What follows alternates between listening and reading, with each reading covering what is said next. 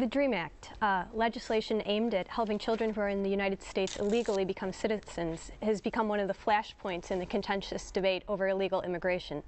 Will you each please detail if you support or oppose the measure and how you would vote if this came up in the Senate? Mr. Kirk? I think that first we have to restore the trust of the American people in the ability to administer our own border. Right now, that trust is completely broken.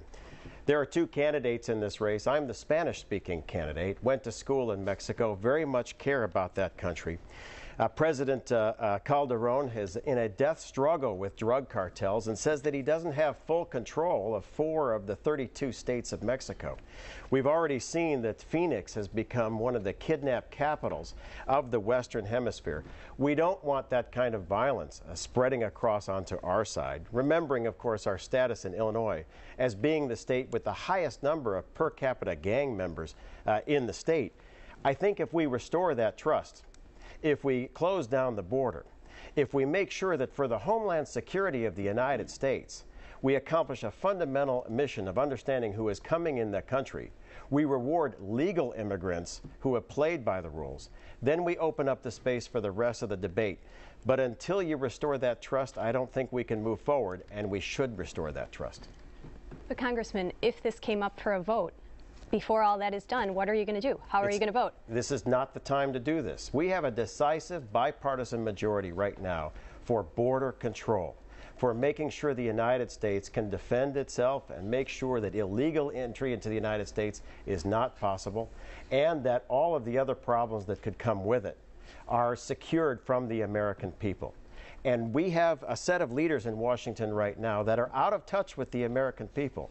I will tell you that the rank and file members of both parties that I work with are ready for a border control measure, and they're ready to establish trust. And once we do that, the rest of the debate can happen. But until that time, we have a set of leaders, the Speaker and the Majority Leader, who are not interested in border control, who want a different agenda. And I think we'll have new leaders soon, and then we can step-by-step work on this problem by restoring that border control trust. So are you saying that if this came up in the next few months, you would vote no then? I think we need to get border control first. That's the first piece of legislation, and I will tell you that there is a decisive bipartisan majority of Democrats and Republicans that want to get that done first. Kerry, this is what people are sick and tired of in Washington, D.C. You asked him a simple question. I asked him a simple question.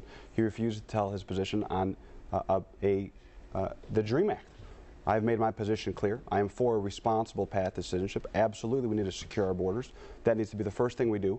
But just give them an answer, Congressman. They may not always agree with you. Just tell them the truth. Tell them where you stand so they can make their decision on Election Day. It's important. As I mentioned earlier, you may not always agree with me, but I'll always tell you where I am on positions. I don't just put my finger in the wind and take a position the way that Congressman Kirk has, someone who votes for cap and trade and says he does it for the national security interests of the United States, and then runs to the right as a Senate candidate and says that he would never vote that way again. He only voted that way for the narrow interest of a district.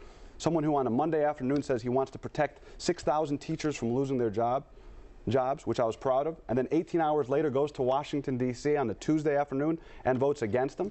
That's not leadership. So let's hear where you stand on the DREAM Act. Let's hear where you stand on whether or not you were shot at. These are simple questions. Border control first, then later on the rest. Charles Thomas, what does the Tea Party get wrong?